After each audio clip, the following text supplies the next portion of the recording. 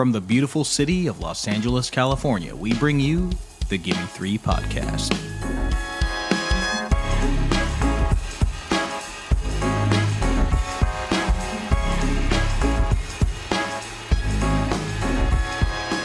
Hello and welcome, cinephiles, cinema lovers, movie appreciators, friends, and family, to the Gimme Three podcast, a series for cinephiles, a show where we pick three films based off of one theme. And you know, the other day someone was telling me, Nick, I love the podcast. I love this whole concept of the Gimme Three. And I said, thank you, Mom. What some of our listeners may not know is that we were using this mom-approved concept on another podcast that I used to host, Film Forward. And today we're going to go back in time a little bit. And we are going to share with you an excellent Gimme Three discussion with Max Sopkin, a dear friend of mine, a friend that I've known since I was 16 years old, in fact, which is disgustingly about 20 years ago. So the Gimme Three musicals was the theme. And let me tell you something. If you look up musical master in the dictionary, you are going to find a picture of Max Sopkin. A provocative picture, in fact. Unnecessarily provocative. But this episode is for you guys to enjoy, and it's terrific. And you're going to learn a lot about musicals. You're going to learn a lot about Max, and you're going to learn a lot about me. And it acts as a great part one for our episode that's coming up next week.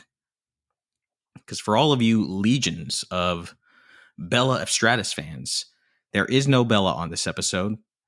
However, fear not, because next week, Bella is going to give us three musical picks of her own, and Max is coming back, and he's going to give us three more musical picks, because he's just got so much musical knowledge, he just couldn't contain it. So you don't want to miss that. And the one more thing I want to mention before we get this party started is that I believe I recorded this episode with Max while I was on a vacation. I think I was in a hotel room or something.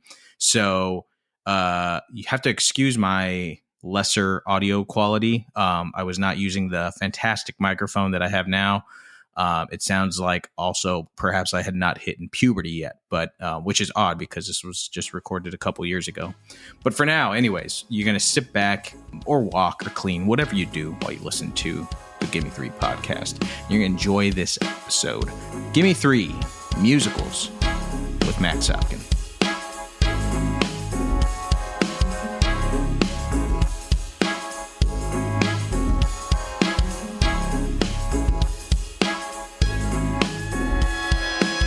We had planned to record and release this episode prior to the film festival that we just did. But the day that we were going to record, you and your wife, you bailed on me. You fucking bailed on me because you and your wife had to go to the hospital to have a baby. I literally texted you from the bedside to be like, "Hey, man, I'm sorry. We're gonna have to take a rain check on the old podcast because I'm having a baby today." Let your listeners be assured she's healthy.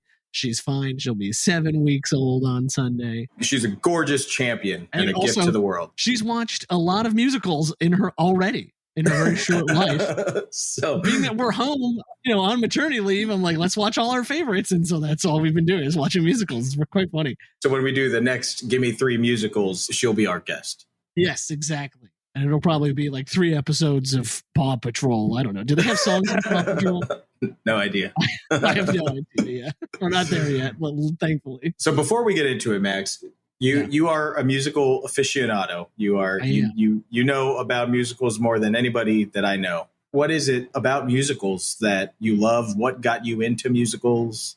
Sure. I should say that first, I'm an actor and an improviser and just a true voracious consumer of media in general. But I have loved musicals since I was a child. I mean, like the first play I ever saw was Joseph and the Amazing Technicolor Dreamcoat by Andrew Lloyd Webber. And I saw it at Bridges Auditorium in Claremont. My mom took me and I was like, 6 years old. And I have such a distinct memory of sitting in the front row of the mezzanine.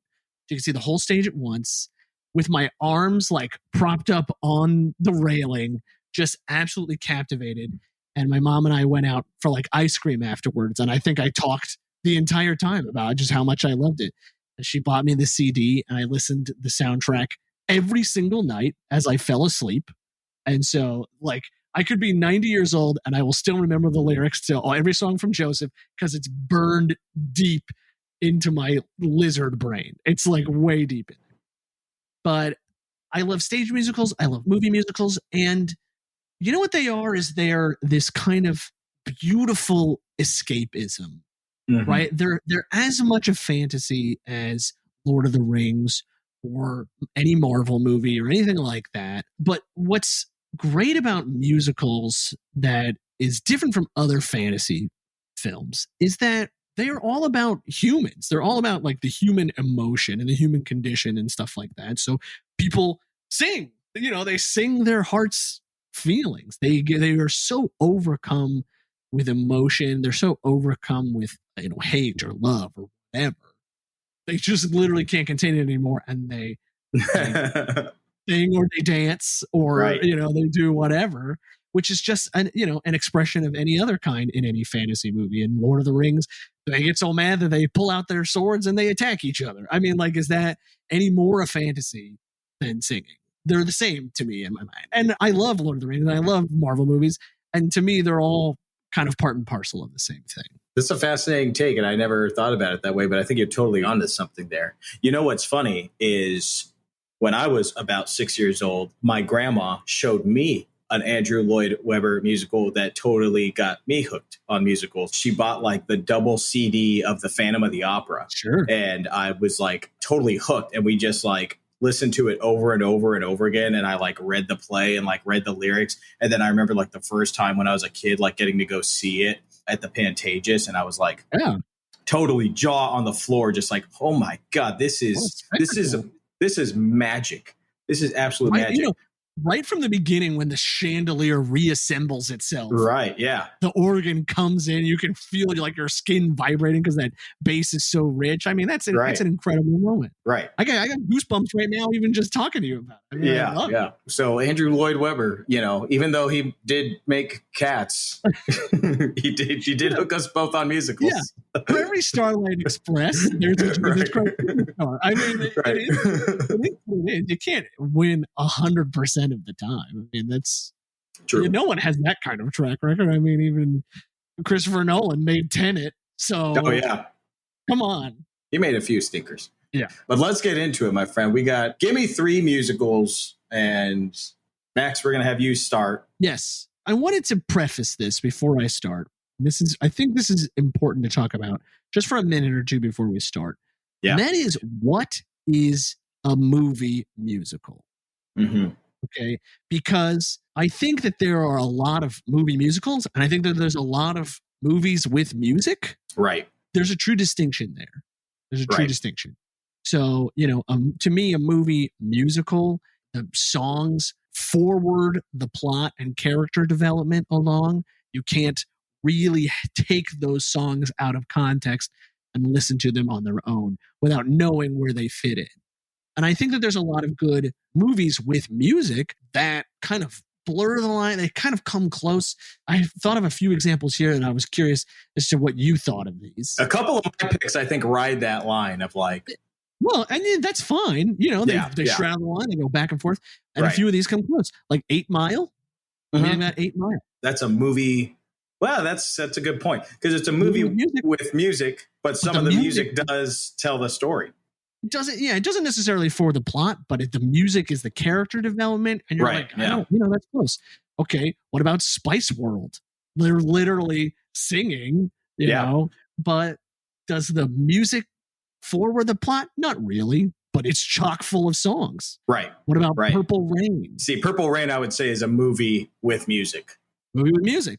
Okay, how about The Blues Brothers? That's a movie with music. Okay, it's a movie with music, but there is the scene where Aretha Franklin turns to her husband, Murphy, and says, "You better think." And she literally sings to him, and the people at the cafe are sitting there, and they're kind of like, wow, what's happening? And that is literally a scene out of a musical. And there's Ray Charles singing Shake Your Tail Feathers, and they're dancing in the street.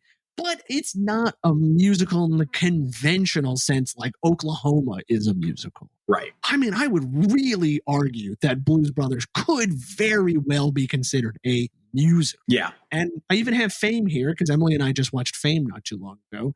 And Fame kind of has that same thing, except that there's not a lot of songs in Fame. There's like 3. They dance in the cafeteria. They dance on the car, in the street.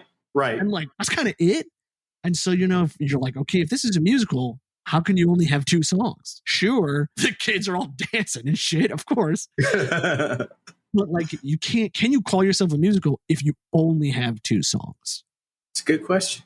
Yeah, I bring this up because I think it's just important. It's an important thing for your listeners to consider.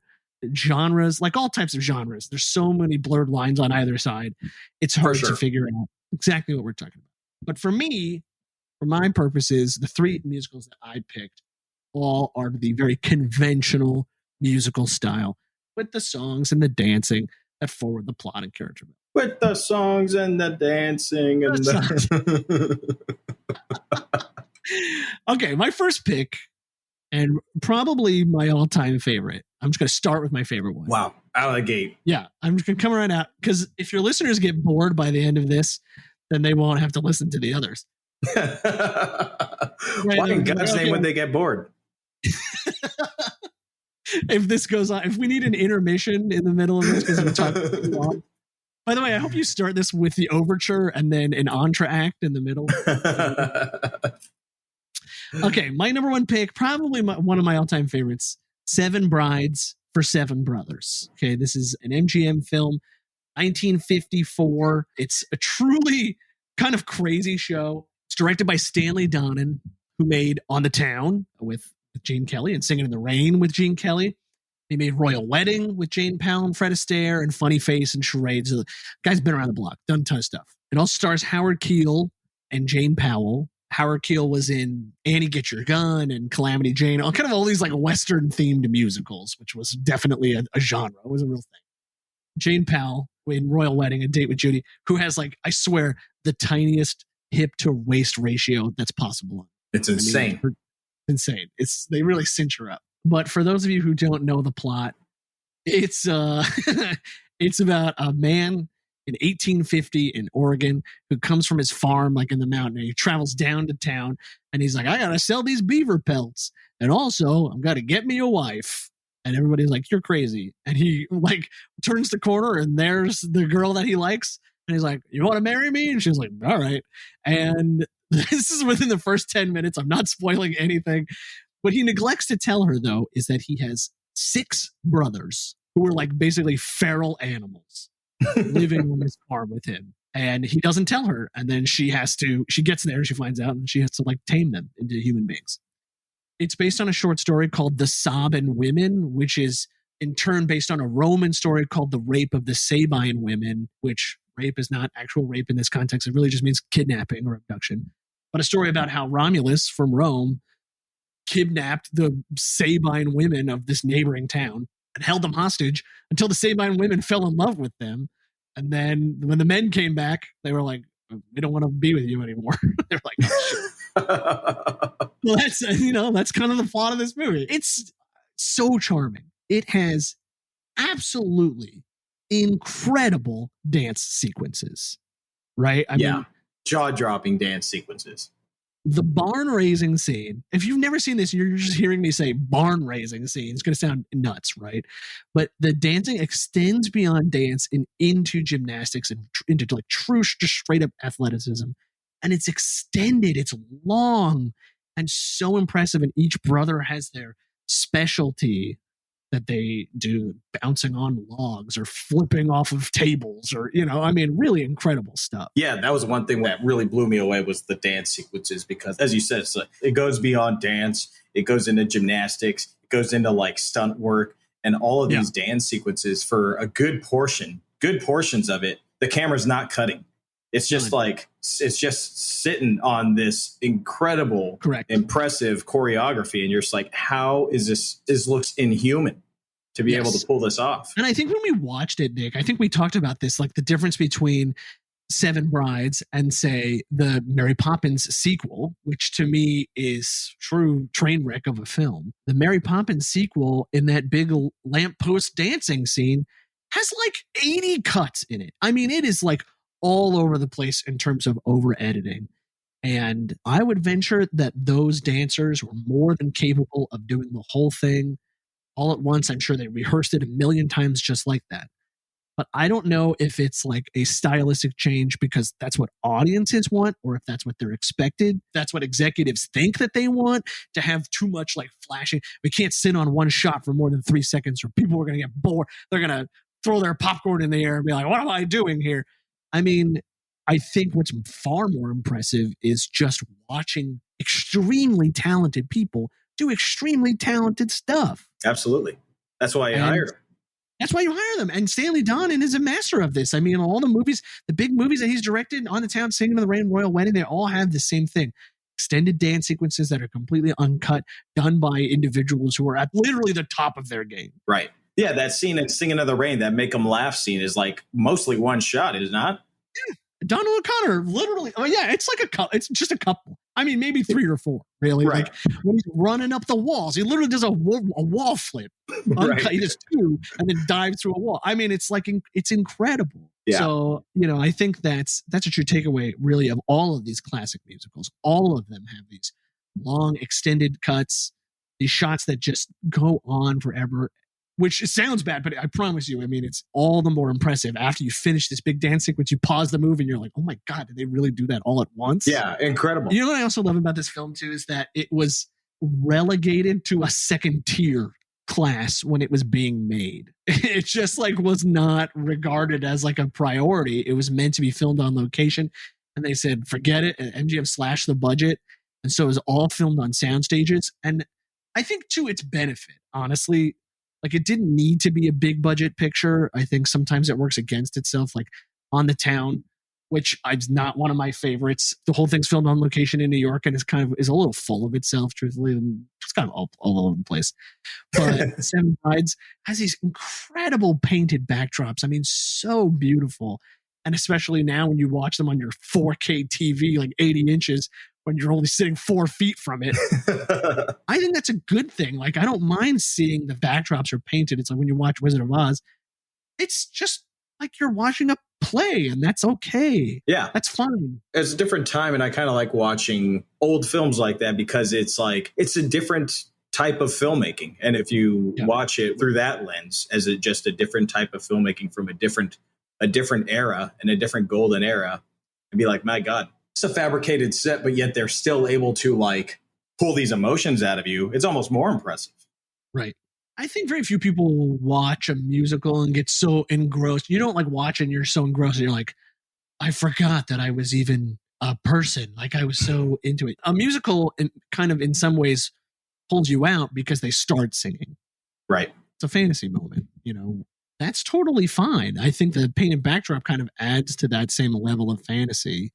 You don't sit in a theater watching a play and you're like, well, it pulled me out of this moment. And you're like, dude, there's people like sneezing and coughing and unwrapping candies right next to you. Right. You don't forget that you're watching it. And that sometimes is totally okay. 100%. Seven Brides for Seven Brothers. Where did we watch this, Max? Where is it streamable for our audience? I have a copy.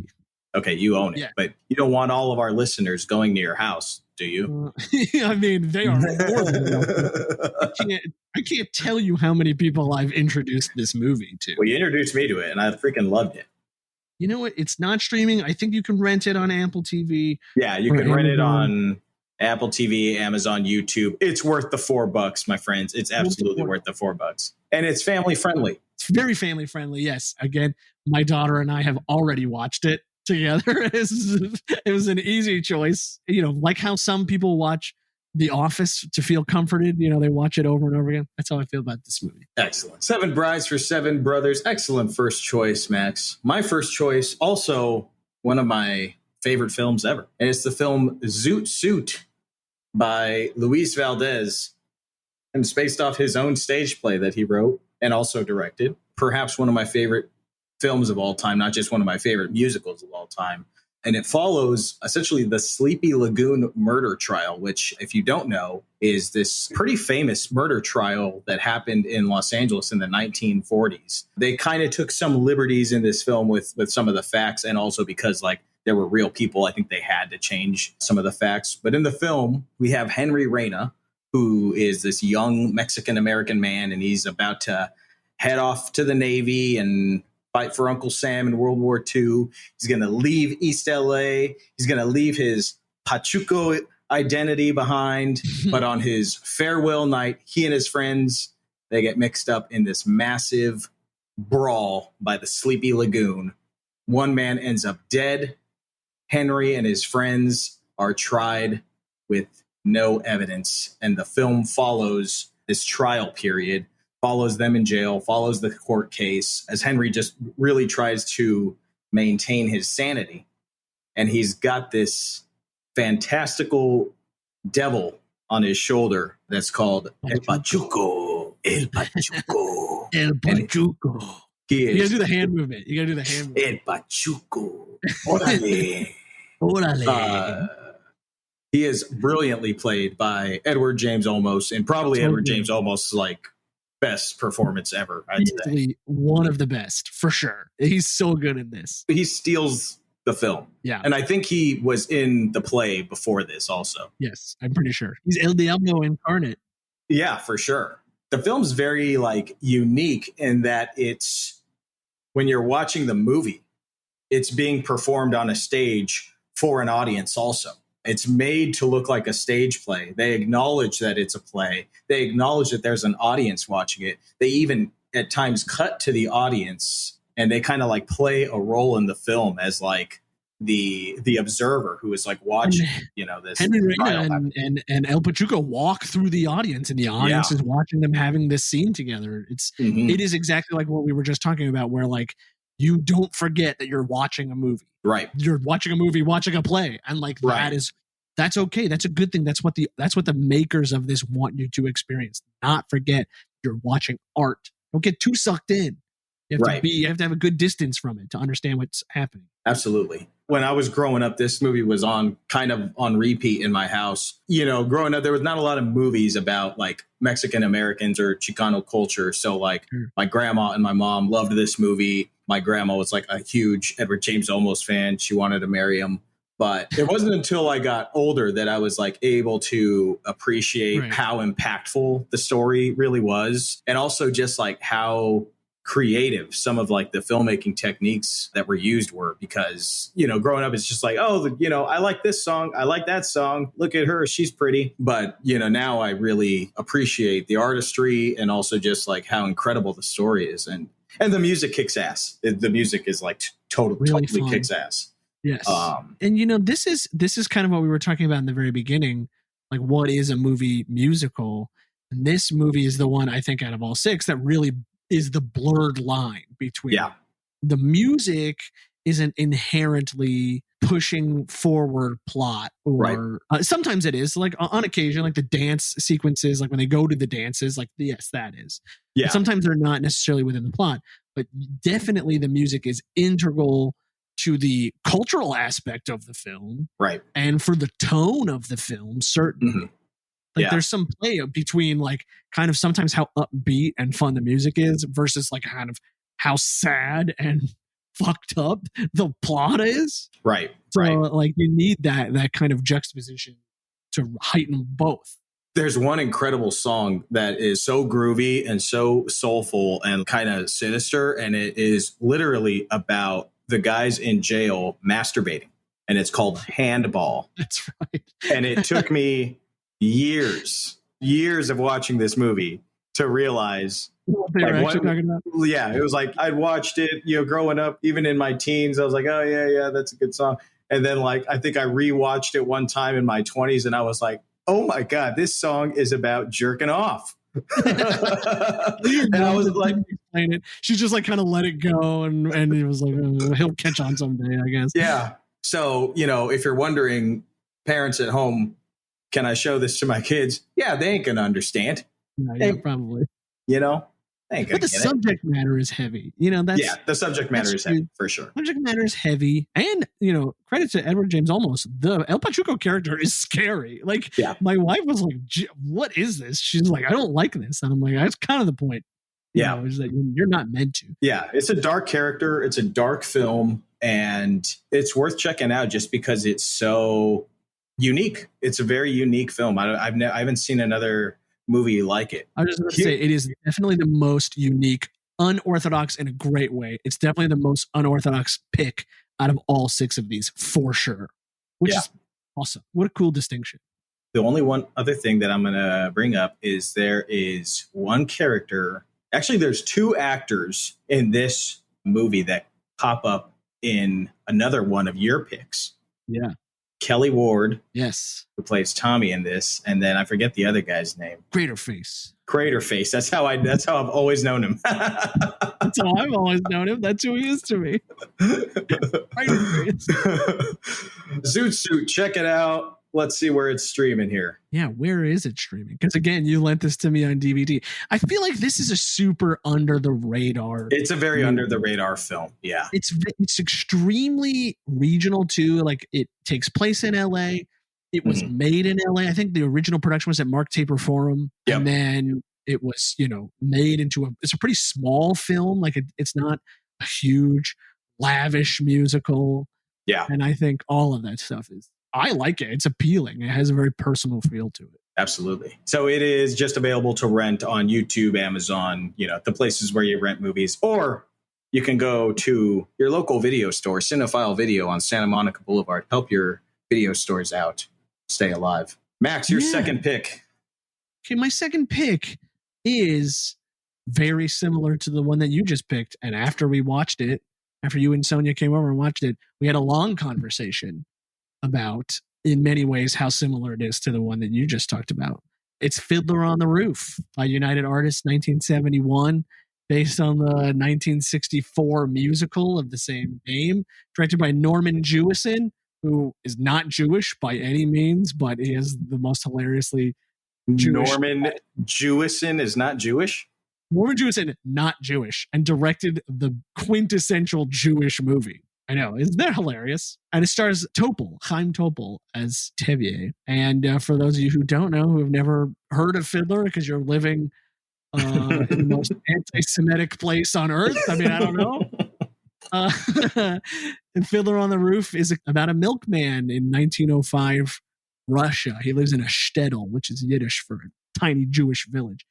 A shtetl attached to a larger village full of regular Russian people. It's based on a collection of Shalom Aleichem stories about Tevye the milkman and his wife Golda and their 5 daughters, and how difficult life is, but how rewarding life is, that the good is always followed by the bad, and the bad is usually followed by the good. And that's kind of, I think, one of the big takeaways of this. But the movie, if we can talk just a few facts about the movie, $9 million budget and grossed almost $90 million worldwide. So it's the highest grossing film of 1971. Incredible. Which I think is pretty awesome. And Topol, who played Tevye in this movie, started in the West End in this role in 1967. So there's only a 4-year difference between when he started playing this role in 67 and when he did it in the movie. When he started in the West End on this role, he did not speak English. He is from Israel originally, and he memorized the script phonetically for like 6 months before he was transferred to the West End to do it there. Wow. Yes. And then Norman Jewison flew out to see him perform in the London production and picked him over. And some of these people, some of the list of people that was on a short list to play Tevye is insane to me. Danny Kaye. Okay. Too funny. I love Danny Kaye. Also Jewish, but too funny. Yeah. Rod Steiger. Okay. Walter Matthau, which is a very different type of sad sack. Yeah. Richard Burton. And apparently, because why the fuck not, Frank Sinatra, who had also expressed interest in the part. Tradition. Hey, tradition. It's Timmy the Milkman. I mean, like, he spends half the movie covered in horse shit because he's like pushing around a cart. Can you imagine Frank Sinatra doing that in any context whatsoever? Oh my God. It's so funny. It's so funny. The movie was nominated for like 8 Oscars. I think it won 3 of them. Chaim Topol was nominated for Best Actor, and he lost to Gene Hackman for The French Connection. Oh. And this is a good segue, if you don't mind, to talk a little bit about like the cutoff of the lavish, like over the top movie musical, and like transition into, you know, because I know your next 2 picks are this exact what we're heading into. But like, I always think of the death of the classic old school musical as happening right before this. It's Hello, Dolly. Yeah, right. Hello, Dolly nearly bankrupted 20th Century Fox. Truly. It was nominated for a bunch of Oscars and only won like 1. You know what came out the same year as Hello, Dolly is Easy Rider. You cannot pick 2 more different movies. They are on so opposite ends of the filmmaking spectrum. Right. I'm like, what came out before this? Bonnie and Clyde. Midnight Cowboy was just like right around this time. This was like the dawning of New Hollywood. You know, Chinatown probably. Godfather comes out right after this. Yeah. So Hello, Dolly, which is about, you know, the gay 90s, 1890s in America, and these big costumes, and the original cast had Carol Channing, and the movie I love Hello, Dolly, but like, to say it was out of touch is an understatement for what the audiences wanted at that time. And so for Fiddler to come out and have such a gritty realness, it has a true grittiness to it. It's filmed on location in Yugoslavia. They use these like extras in the movie to look like they are living in a nowheresville, Yugoslavia. They have no running water. They have no electricity. I mean, that's their real life. And these are the people they use as extras in the film. Yeah. Brilliant. And it's brilliant. And it's inconceivable that something like Hello, Dolly, which came out just 2 years before this, would have done something like that, right? Like, now musicals truly pivot towards like that cinema verite is true, real. They're trying to capture some of the real life. And so, yes, if they're singing, of course they're singing. It's a musical, but it's also heavily, heavily grounded in reality, which is very cool. Very cool. And often very painful sometimes with this film. Brutal. I mean, why do I love this movie so much? This is the movie that when I was sick in school, I would watch. Like, when I would stay home from school and I would watch it because it would make me feel better. Because I'd be like, well, at least my family's not getting kicked out of my country. Right. At least my future children will want to talk to me or whatever. You know, I'm like, the events in this movie are so sad that it made me feel better in comparison. I was like, oh, my life's not that bad. Right. Yeah. Remarkably, I saw this movie for the first time just a few months ago with you and Sonja and Emily at your house. Obviously, I'd heard of Fiddler on the Roof. It's like one of the most famous musicals of all time. The only thing I really knew about it was seeing every year the trailer at the Laemmle around Christmas time that they're going to promote the sing-along, which plays there every Christmas Eve. And that trailer made the film look like this happy-go-lucky, just like the most fun, nice film ever made. I was like, that looks like a great time. And don't get me wrong, there's a lot of parts in this film that are total great about time. An hour and 20 minutes, it's pretty happy. And then it just rips your heart out. You had warned me. You were like, get ready, bring the tissues or something. And I was like, what are you talking about? I saw the trailer. It looked like a grand old time. We're going to be talking about tradition and singing. Matchmaker. Yeah, come on. No, I looked over at the end. Sonja was full on sobbing. Yeah, I think a couple days removed, I think she texted both of us that she was in her car driving somewhere, and she was just thinking about the film, and she just broke down and had to pull over. That's how impactful this film is. And as you mentioned, just a total shift, a total bridge film for musicals. Honestly, my favorite. So I lent you the book, the tradition book. I don't know if you got the chance to read it yet. I know you're very busy. I haven't yet. The book is about the play, but there is an incredible story in it that I truly think just like sums up why I love Fiddler so much, because it is still one of the most performed musicals in the world after all this time. It has not lost its touch. By the way, Topol was in more than 3,500 performances on stage as Tevye the milkman. But my favorite story is Sheldon Harnick, who wrote the music, was in Japan promoting the Japanese version of Fiddler on the Roof. It had been translated into Japanese. This was like in the late 60s, early 70s, I think. And he met with one of the Japanese producers. The producer asked Sheldon Harnick on like opening night, he said, do people outside of Japan like this musical? Like, do they get it? Do they get it? Right. And Sheldon Harnick was like, what are you talking about? Like, what do you mean? And the producer was like, yeah, because it's so Japanese. It's quintessentially Japanese. Right. And the way Harnick explains it is like, it's about a poor man who has nothing but his honor and his family and his love of God. And he has to do everything he can to preserve those things. And if that's not relatable to every person on the planet, I don't know what is. Right. And I think, as a kid, I loved the music. And as an adult, I love that message. I really, really resonate with that.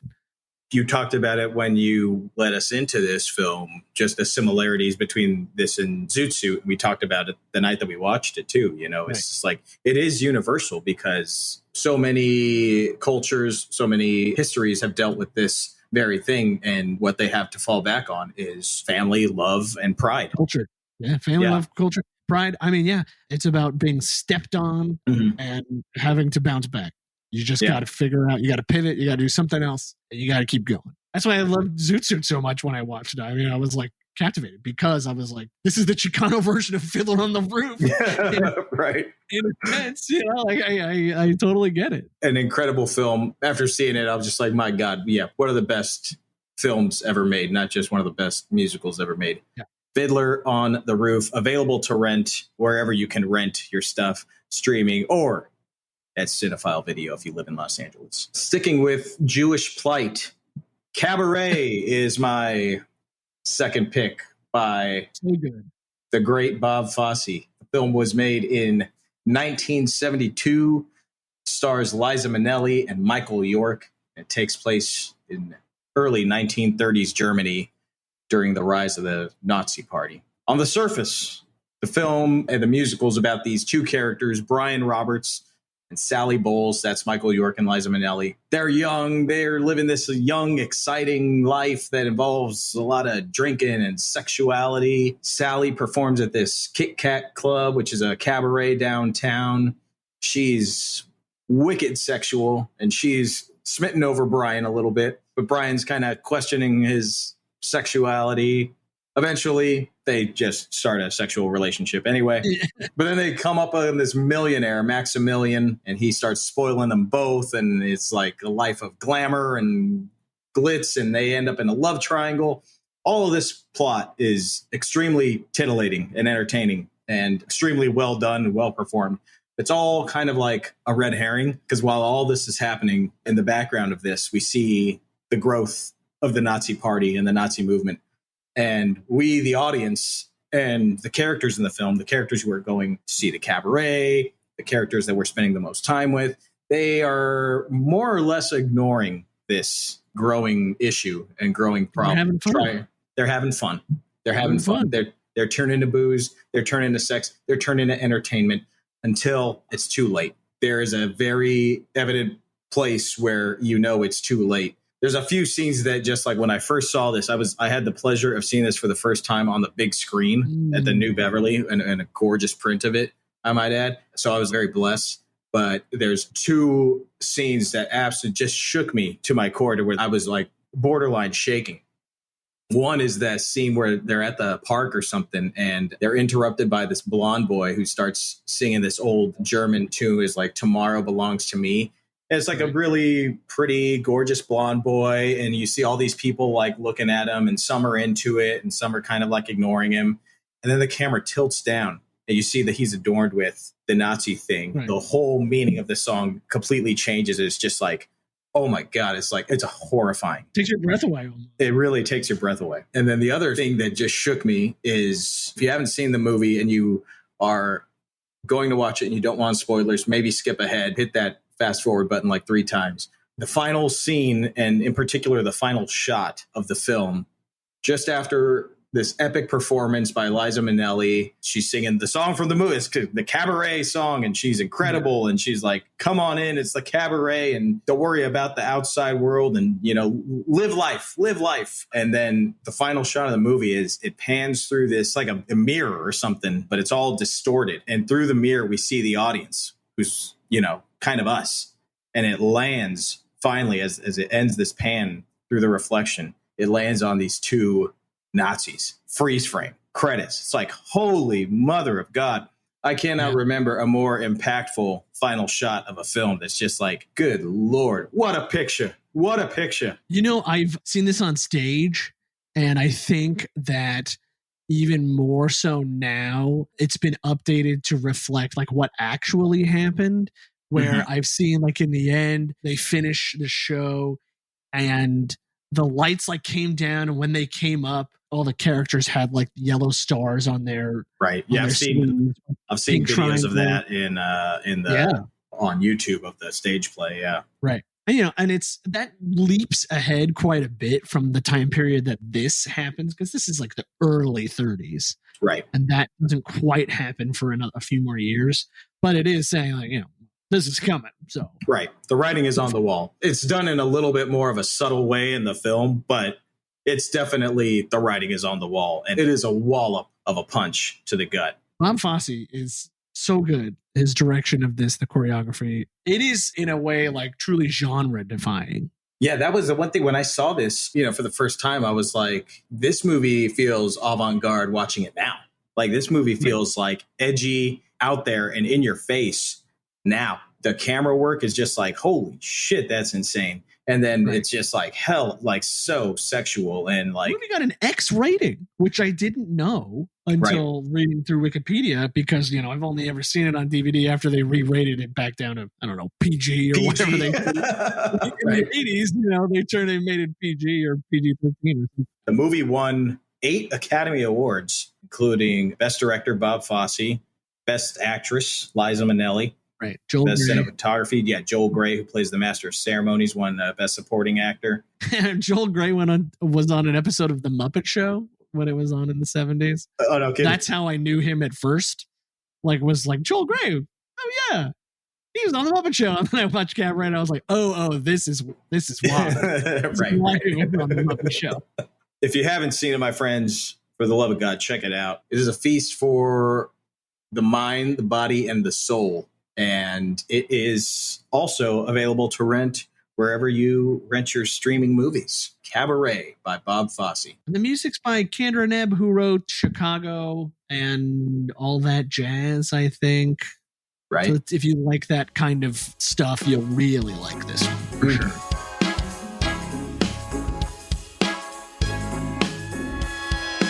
So far, he has selected 7 Brides for 7 Brothers. Yes. A beautiful, beautiful film. And Fiddler on the Roof. An incredible picture.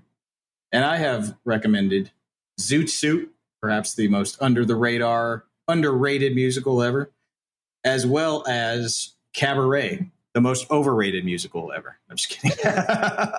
Just kidding. No, I think it's perfectly rated, actually. It's perfectly rated. People regard it very highly, and it's deserved. So, Max, before we get into the final picks here, you said you had a few runners-up. Yes. That were great films, but not quite good enough. What are these movies? And here's the thing. That's like almost not true, because this list could have consisted of any of these in terms of like what I truly love. This is like, it's like saying like, pick your favorite Beatles song. All right. Okay. Well, sure. I could give you 3, but I could also give you like 30. Right. Musicals is a broad. There very well may be a part 2 of this episode somewhere down the line a year from now. And then we can talk about these runners up in it. And here's a few that I really, truly love that we obviously won't get to talk about today. But if your listeners are curious, they can go after these. Chitty Chitty Bang Bang, one of my absolute favorites. It's a bananas film. Stars Dick Van Dyke on a flying, floating car. Hello, Dolly with Barbara Streisand. Like I said before, I truly love Singing in the Rain with Gene Kelly, obviously. But we talked about this. It's funny because I love Singing in the Rain. It's not a good musical. Like the musical itself is like, it's just a piecemeal together from old Nacio Herb Brown songs. Right. But the movie is just fun. It's just pure. The movie's energy. awesome. Yeah.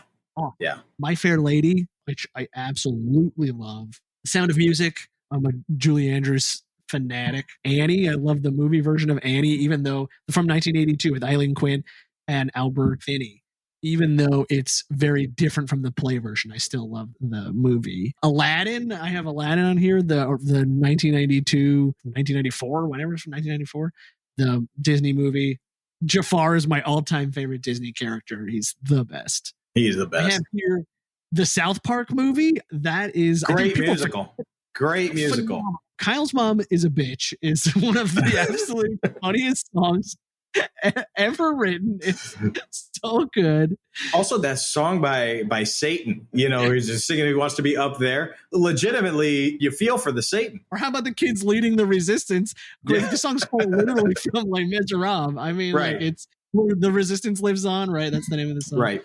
I've been trying to get Emily to watch it. She's not interested, but I'm like, I think you're really going to love it. Little Shop of Horrors is fantastic. Some really good performances. And then finally, I put on here another like underrated, under the radar musical is Cry Baby by John Waters. Oh, yeah. With Johnny Depp. That's an awesome movie. That is also. I need to rewatch that. True. I haven't seen that in a very long time, but I remember loving it when I. Oh, my God. With Ricky Lake is in it and Tracy Lord and Johnny Depp. And I mean, it's so fun. It's like super tongue in cheek. And it makes sense. It's like how he makes Hairspray, and then that gets turned into a really phenomenal musical. Also, I mean, I love the movie version of Hairspray too. Yeah, I love his version of Hairspray, the movie. Oh, so fun. Yeah, so fun. All right, your final pick. Here it is. This final pick is the reason I am on this podcast to begin with, because you had a guest on here last year, and her name was Shannon DeVito. And she was in a movie musical herself. Right. I totally forgot about this. No, it's called Summer. Best Summer Ever. Yeah. Best Summer Ever. Yeah. And you asked her for Gimme Threes, and you were talking about movies, and you guys talked about Grease. And she was saying how much she hates the end of the movie. I was out for a walk with the dog, and I was like talking out loud. I was like apoplectic. I was like, you could not be more wrong, Shannon. You have no idea what you're talking about. And I texted you immediately. You did. And then you were like, you got to be on this podcast and come talk about it. So here I am, Shannon. I'm throwing down the gauntlet. I'm here to talk about Grease and how much I absolutely love this film. Paramount, 1978. Based on the 71 musical. It's directed by Randall Kleiser, who directed The Blue Lagoon, Honey, I Blew Up the Kid, and also one of my personal favorites, Big Top Pee-wee, which if you've never seen, is so funny, dude. I mean, I don't have to tell you who's in it. It's Olivia Newton-John, Jeff Conway, Stockard Channing. I mean, it's got Sid Caesar. It's got Craterface in it, too. Don't forget about him. God, can't forget about Craterface. This movie, it's like hard to understate truly like the cultural impact, like the 1-2 punch of John Travolta between Saturday Night Fever and Grease. Back-to-back years, having the back-to-back biggest films. Who does that? That's Tom Hanks in Philadelphia and Forrest Gump. But Philadelphia didn't have the same kind of impact that Saturday Night Fever. Right.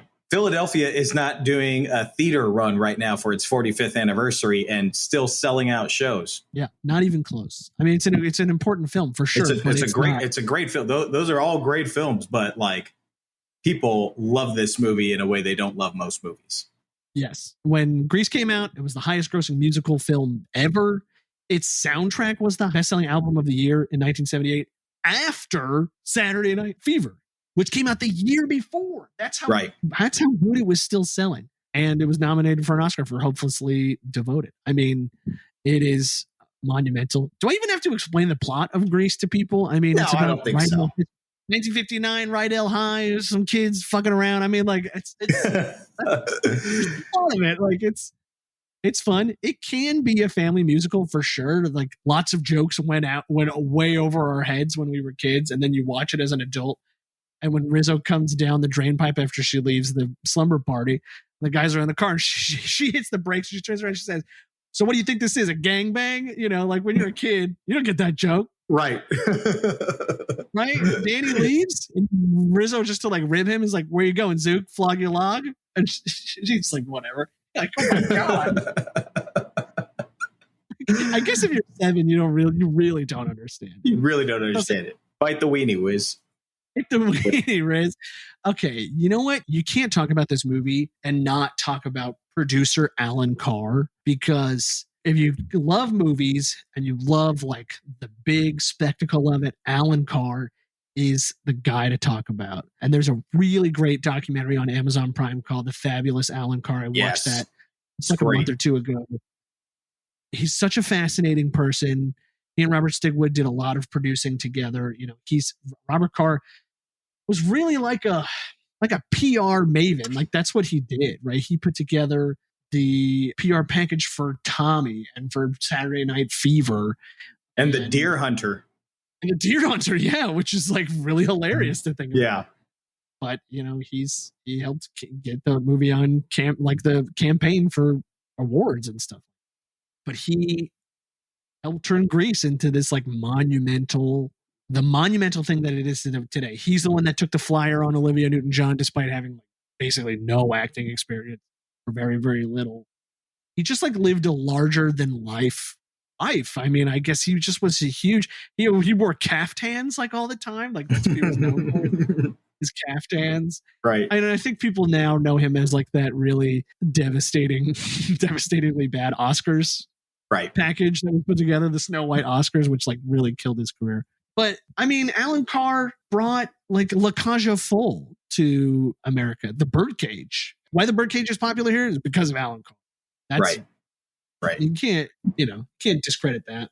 He's great, and the movie's great. I think, like you, this movie was in our VCR like weekly, at least, growing up. My family loved this movie. When I put it on, it's like one of those things where it's just like, yeah, like you said earlier, like if it's on, I'm going to watch it because it makes me feel good. Kind of like Zoot Suit. When I started watching it as an adult, I was just like, actually, I just watched it recently through the lens of like doing this podcast. Like I'd be like, all right, I got to talk about this movie. I don't need to watch it again, but it's an excuse to watch it again. But I started watching it to like analyze it for the first time ever in my life. And I was like, God, this movie is impressive. It is really, really impressive. The vocal performances, just incredible. The choreography, the camera work. Like, I mean, it's a good movie.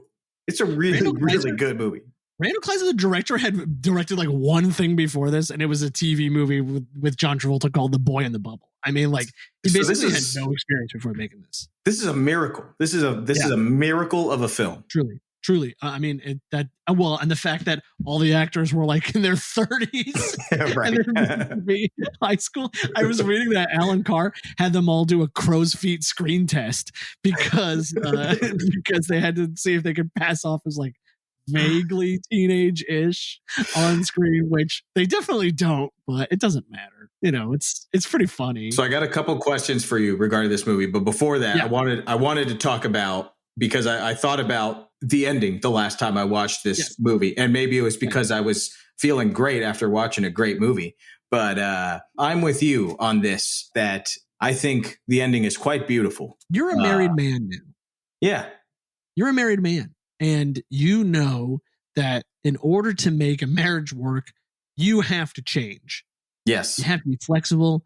You have to make compromises. You got to be willing, and you got to want to change for the better for your partner. That is what the end of Grease is about. Danny makes on both sides. Yeah. On both sides. Danny cuts down his smoking. He stops, stealing stuff. He tries out for the track team. And he like really improves himself overall. Right. Sandy is like, well, I want to make my partner happy. You know what I can do? I can sex it up a little bit if I know that he likes this because I want to make him happy. And she fits in, they sew her into those pants. Like it is a successful relationship is all about compromise. I mean, essentially what they've done is communicate their desires to each other, and then they do it. If that doesn't make it a fantasy, I don't know what does. It's definitely a fantasy for sure, but 100%. But the other thing is, like, you know, I was thinking about, you know, what was said, and it's not the, you know, Shannon was not the first person to have that criticism. And I think people give that ending a bad rap with the Olivia Newton-John thing. It's because she looks so incredible in that final scene that they think like that's the change. That's the only change that she does, just because she looks so incredibly sexy. It's like the scene before that, after she watches the race and she has this look on her face that's like, it's time for me to just break out of my shell. It's time for me to, she's so reserved and she's so shy and unsure of herself and insecure throughout the entire film. And she is none of that stuff by the end of it. Right. But beyond it being like, oh yeah, she looks like this, you know, super hot babe. She is an independent woman now. 100% agree. It's such a good take. I truly think that people watch the end and they think that, oh, just because she's hot now, that's all that Danny cares about. And I think that they forget that he shows up in that scene wearing a Letterman's jacket and all his friends make fun of him. Right. They make fun of him.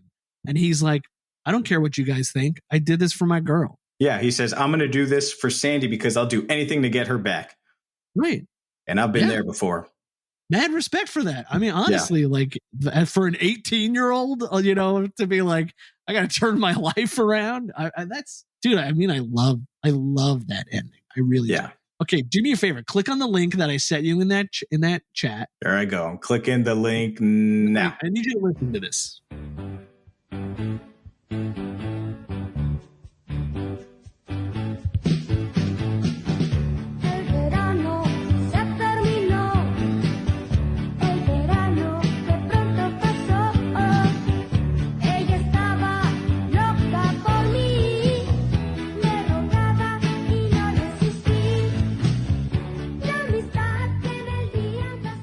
It's good, right? That's awesome. Yeah, okay. So what Nick is listening to, a Mexican pop group called Timbiriche, and they are performing a song from Vaselina, which is for Greece. And he's listening to Noches de Verano, which is summer nights. And this was a production put on, involved this pop group, Timbiriche. The whole thing was translated into Spanish. It's an adaptation of the stage musical and not of the movie. Right. But very similarly to what we were talking about with Fiddler being in Japanese, it's a relatable story. There's teenagers all over the world doing all sorts of teenager shit. And why shouldn't you be translating stuff like this into all sorts of languages so people all over the world can enjoy it? I thought this was like the perfect find for your film diversity podcast. Yes. Because I'm like, this is what this is all about, is taking great art and making it approachable and equitable and good for everybody around. I love it. Here's my question for you, Max. This is the big question of the night here. This is a tough one. What is your favorite song from Greece? That's a really hard one. I know. And I think, really, you know, like for me as a kid, it was always Grease Lightning. It was always Grease, because it was just like, it was so cool. And like, you know, the scene is awesome where he's like coming down off the engine. And it's just like, you're just like, God damn, I want to be a T-Bird. Gotta get a real pussy wagon, huh? Right. Now, as an adult, though, yes, it is easily There Are Worse Things I Could Do. So good. By Rizzo. It's a great performance of that song. Yeah. And she lobbied very hard to keep that in the movie. They were going to cut it. Yeah. She's like, you can't do that to my character. It's like one of the most powerful, you know, like watching it now as an adult again, it's just like, it's the most like powerful, character heavy song. That's another song where it's like a 3-minute song. It's 2 shots and it's just her. Right. It's just her walking through, watching the guy that she's smitten on, emoting, singing her ass off and feeling. And it's all right here in her face. And it's like incredible. Okay. I think that there's 2 songs I really love, and both are for like purely personal reasons. Yeah. I love Hopelessly Devoted. I think as far as like writing, you know, I'm not always a fan of when movies adapt a musical and then write a original song trying to win an Oscar for it. Looking at You, Les Miserables. Like, it's very, very rarely successful. Hopelessly Devoted is a phenomenal song. Yeah. Despite being a country song, it is still phenomenal. And Olivia Newton-John sings the shit out of it. I also love it because that's the song that my wife does at karaoke, and she absolutely crushes it. I also love Summer Nights. Yeah. Because that's the song that my wife and I do together at karaoke. Yeah, that's great. This is how much Grease plays into our lives. At my wedding, at the end of the ceremony, we kissed. I stepped on the glass, Mazel Tov, and the theme from Grease started playing immediately. And then we walked back down the aisle. I mean, like, that is how integral to my life, to our lives, this movie is. When we were home from the hospital with the baby, we were like, just couldn't even, our brains like didn't work. We were like, just needed a movie to put on and make us feel better. What did we put on? Grease. It was it was such an easy choice. We just went, let's put it on Grease. Yeah. It truly does stand the tests of time. And you know what? And it's okay to be like, I love this popular movie. People are like, your favorite band is the Beatles? Like, yes, they're very good. Right. I don't know if you've heard any of their albums, but they have some bangers, as the kids say. Yeah. You like Grease? Fuck yeah, dude. It's phenomenal. It's just pure unbridled joy the whole time. It's fun. It's so much fun. You know what? Grease is the word. And it's streaming. It's streaming on Hulu, and it's streaming on Paramount Plus, and it's streaming on Amazon Prime Video. And I think by the time this comes out, it will be out of theaters. But as we're recording this, it is currently playing in the theaters, everybody. 45 years later, it's playing in the theaters. This ain't the first time it's gone back to the theaters. It's like the fourth time it's gone back to the theaters. Oh, yeah. I also want to add just briefly, Grease 2, train wreck. I've never even finished it. I have attempted to watch it like 3 or 4 times, and every time I get bored and distracted, and I'm like, whatever. I get by the time the bowling song comes around, I'm like, I'm out. I have watched the entire film multiple times. It's not good. That's all you gotta say. But I do like that song "Cool Rider" that Michelle Pfeiffer sings. I like that. That's the one good song of the whole movie. Oh my god, it's all bad. You're like, guess what we didn't need a sequel of. I'd rather have like 10 more Toy Story movies. It's really, really bad. Don't go watch Grease 2. Watch Grease. And Shannon DeVito, if you're listening to this, hopefully we have changed your perception on that ending. Love you, Shannon. If not, we still love you. You know, that's what film is subjective. Speaking of subjective, my final pick. Also, like very similar, I think, in terms of like just pure unbridled zaniness. Yes. Such a good. The Rocky Horror Picture Show, my third and final choice. I'm going to take our audience back the year 2007, I think. You and I were both 17 years young. And Max, you took me to go see the Rocky Horror Picture Show midnight screening at the New Art Theater on Santa Monica Boulevard, right next to Cinephile Video for all my listeners out there. And we saw with a full shadow cast. I had no idea what I was getting into. I had no idea what I was in when I was in it. And I had even less of an idea of like how much I was about to fall in love with this whole scene. What you're describing is like a core memory, and essentially like, you know, a truly like defining moment of your life as a teenager, and just would set the scene for you for the next like 5-6 years of your life, for sure. Yeah. I'm not going to go into the plot of this film because there's absolutely no point. I've seen this movie like literally 200 times, and I can't even tell you what the plot is. It involves aliens, kind of, sexuality, definitely. Frankenstein. It's an adaptation of Mary Shelley's Frankenstein, kind of. Kind of. It's a queer B-movie horror adaptation of Frankenstein, essentially. But the scene at one of these midnight screenings is just out of this world because you have people screaming stuff that kind of time out with what the film is saying. So you would scream something and then the screen would answer it because it's so this has been going on for now 40 plus years. At the time, it was, over 20 or 30 years, whatever, 25 years. People are throwing stuff at the screen, timed out with the movie. And there's a shadow cast, performing the film in sync with what's happening on screen in front of the movie. And They're lip syncing. Yeah. And I got hooked immediately. And I got hooked on the actual movie, the characters, the colors, vibrant. Tim Curry leads the cast. He is like mind-blowingly good. You got a very young Susan Sarandon in there who is just like fun to watch. Barry Bostwick's in there. Meatloaf. Barry Bostwick, by the way, played Danny Zuko on Broadway in Grease. There it is. So basically, I got hooked on Rocky Horror Picture Show. And then I joined a shadow cast. And Rocky, as Max said, just became like a huge part of my life for years, kind of. Max, I know you're a fan, obviously. What are your thoughts on Rocky Horror? What can you remember about those early days of us going to Rocky? Well, that we would drive from Rancho Cucamonga to West LA, which if you guys know, that's very far. And we'd wait outside the theater. We'd get there at 11. We'd wait for an hour. They'd bring you in. It'd take 45 minutes to get people in the theater. Then they'd do the pre-show and the virgin ceremony. And by the time the movie started, it was 1:30. And the movie's like an hour and 40 minutes.